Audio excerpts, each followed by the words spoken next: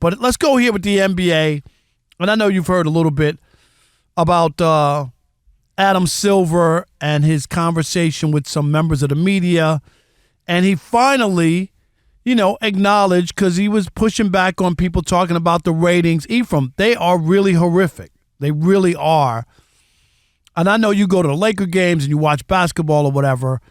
It's a hard watch. And the numbers are incredible. They've lost half of their audience since 2012.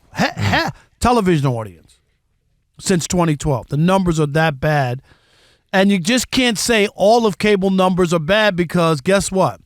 Last year, baseball had a bump up, right? With the playoffs and the World Series and the Yankees and the Dodgers and the season.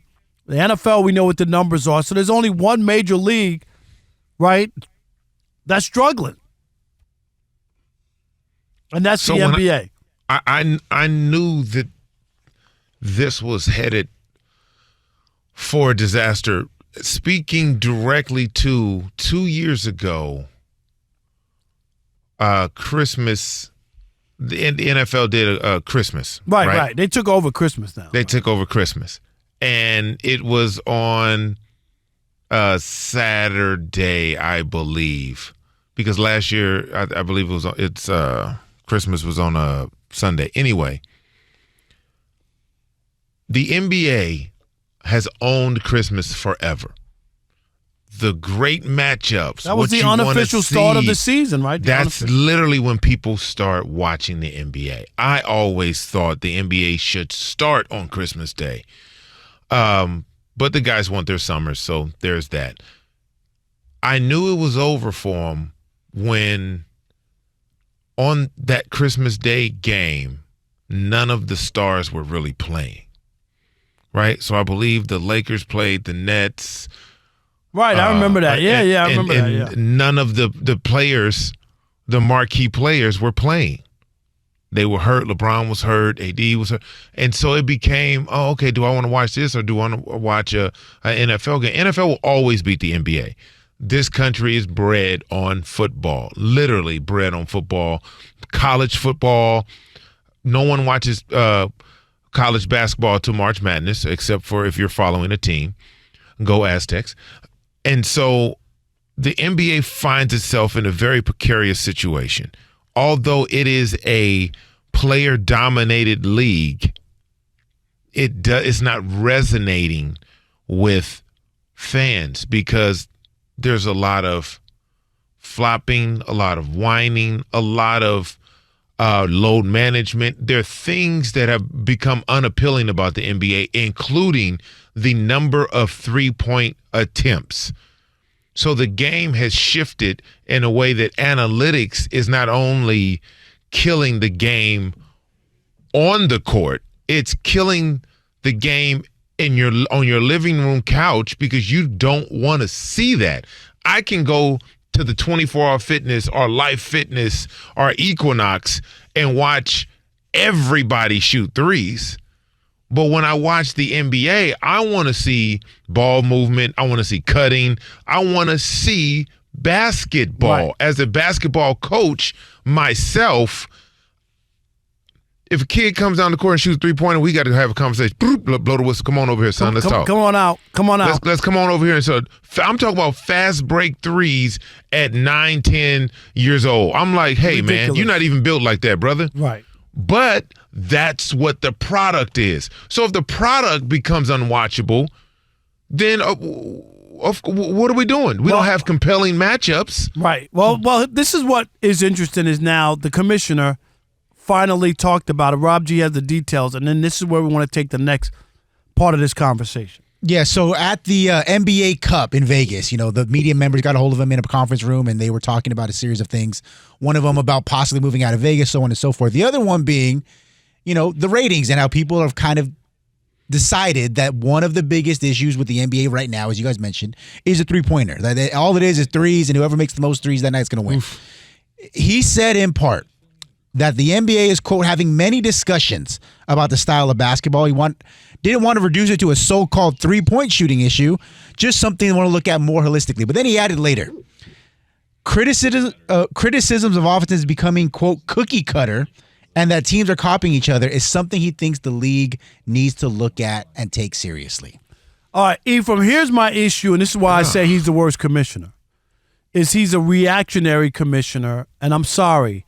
You have to be looking at the game yourself and saying, this is not entertaining. Like there are people who are basketball fans, okay? I've been covering the league since 1987. Okay? When I covered Ephraim, when I started covering, I used to be on the commercial flights with the players sitting next to him.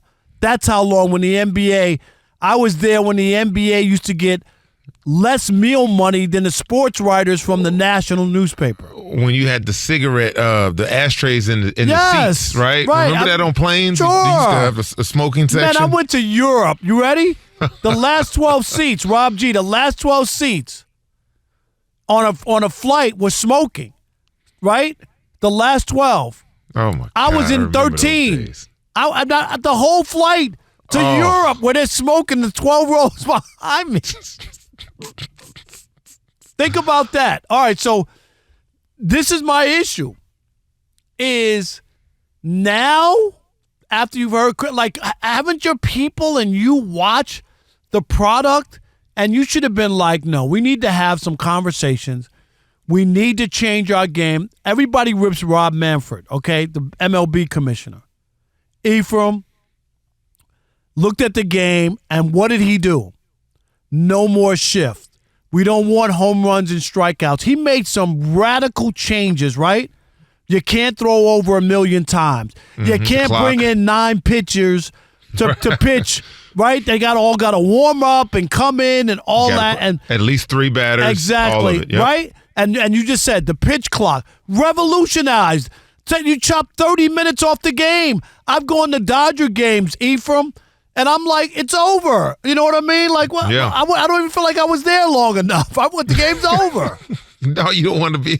You got to get back, and we got that traffic. Oh, That's where the God. time is. That's the only thing that kills. Getting going to in a and out of Dodger that game. stadium. Oh, my God. What a You great good luck. experience. And I'm telling you, anybody, if you on your bucket list, you want to go to Dodger Stadium. But the traffic, I'm not mad at people. You need time. Yes. You need time so wanna you get out. can wait in the stadium until everybody leaves. I And mean, then you ridiculous. can get out of there. But you get but my, you- but but you you're get right. my I do point get your about the point. commissioner, right? I do get your point, and it's a product. Look, you can't put the genie back in the bottle.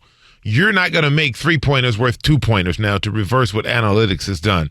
Kids are training to do 1 step fake, step back 3. That's what the training is at early as 8, 9 years old. So that portion of the game, you've let it get out of control. Now you can do what they've done already. You can move the 3-point line back, but guys are shooting from the logo anyway.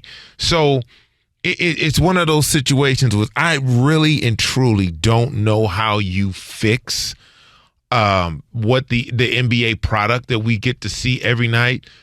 Every single person, what you can do is you can implement, if you score with your back to the basket in the post, that's worth 3 points, right? Because no one can These are do radical. it anymore. I know. No one can do it anymore. I mean, if you tell one of these young kids go score with your back to the basket in the post, they might kill themselves. Like it's so foreign to them now. The mid-range jump shot is so foreign to a lot of players. It's either a layup, dunk, or a 3-pointer. There's no in between, and nobody wants to watch that. Who wants to watch that? Nobody. That's exactly right. And that's the point. But he has to see, like, you can sit here and brag about your social media views and all that. Dude, your media partners, you don't think the TNT thing was by accident. Like they were like, when they threatened the NBA, because they have been on the bad end of a lot of games, Ephraim, where the stars aren't playing. How many times did you tune in, write a matchup, and then you turn it on and realize that 2 stars from each team ain't playing? You're like, I'm good. Oh, I'm going to okay. move on to something else. Right.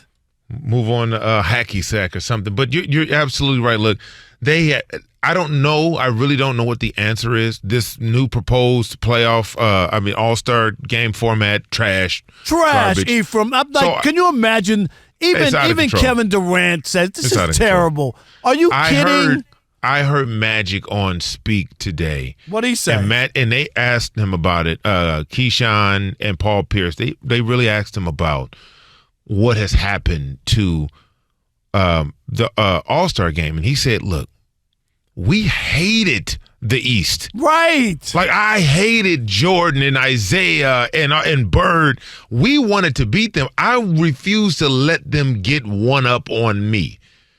And that was the thing that was driving the league. When you look at the rivalries in the league, the Bulls and the Pistons and the Lakers and the Celtics, like when you look at the Bulls and the Knicks, the Bulls and everybody for all of the 90s. But when you look at that, when you look at Philly and New York and all of those rivalries, there was genuine dislike for the team, the city, the players, and they played like that. They played like it mattered. You remember all those Miami Heat, Knick brawls, and the Pacers and the Knicks brawls. Remember Van Gundy was on the legs, and that was commonplace. Look, and I know Adam Silver came in and was like, "Look, we need more scoring. Right. We don't want people fighting on the court." But what you did was you took the edge away from competing. You must step up and compete. It is not at any given time at any given NBA game right now.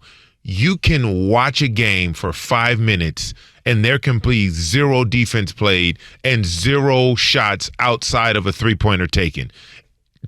Try it if you don't believe me. Watch a 5-minute span of any NBA game, and there will be a time where no one shoots the ball outside of a free throw inside the three-point line. How is that sustainable? It's incredible. It's incredible that is what we're viewing and why people have tuned out. People can poo-poo it all they want. These are hard, cold facts when you look at the numbers. They just are. And you can't say everybody's ratings are down because it's just not true. You know what I mean? It's just not true. It's not. It's the NBA's ratings are down, and it's for a reason. The game, and how many times you heard Charles Barkley on Inside the NBA go, this game is unwatchable. It's terrible. It's terrible. Unwatchable. So I think that's the way. That's being an honest call on the NBA, and unfortunately, Adam Silver had to wait for other people, and now he's seen this. So 877-99 on Fox, 877-996-6369, and it's real simple.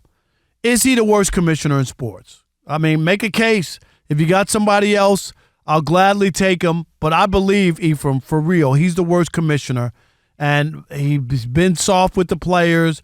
The load management was a big black eye for the league. And there's just a lot of things about the league that's not good. And I can say this with complete confidence. There's no way David Stern would have sat around and allowed stars to miss national games for the NBA. I don't believe you couldn't do it. They're making too much money to do that. Crazy. They're making too much. $60 million a year. It's Crazy. going to get up to $88 and $100 million a year for you to figure out if you're sore enough to play a back-to-back. Unbelievable. All right, 877-99 on Fox. It is The Odd Couple right here on Fox Sports Radio. Stick and stay America.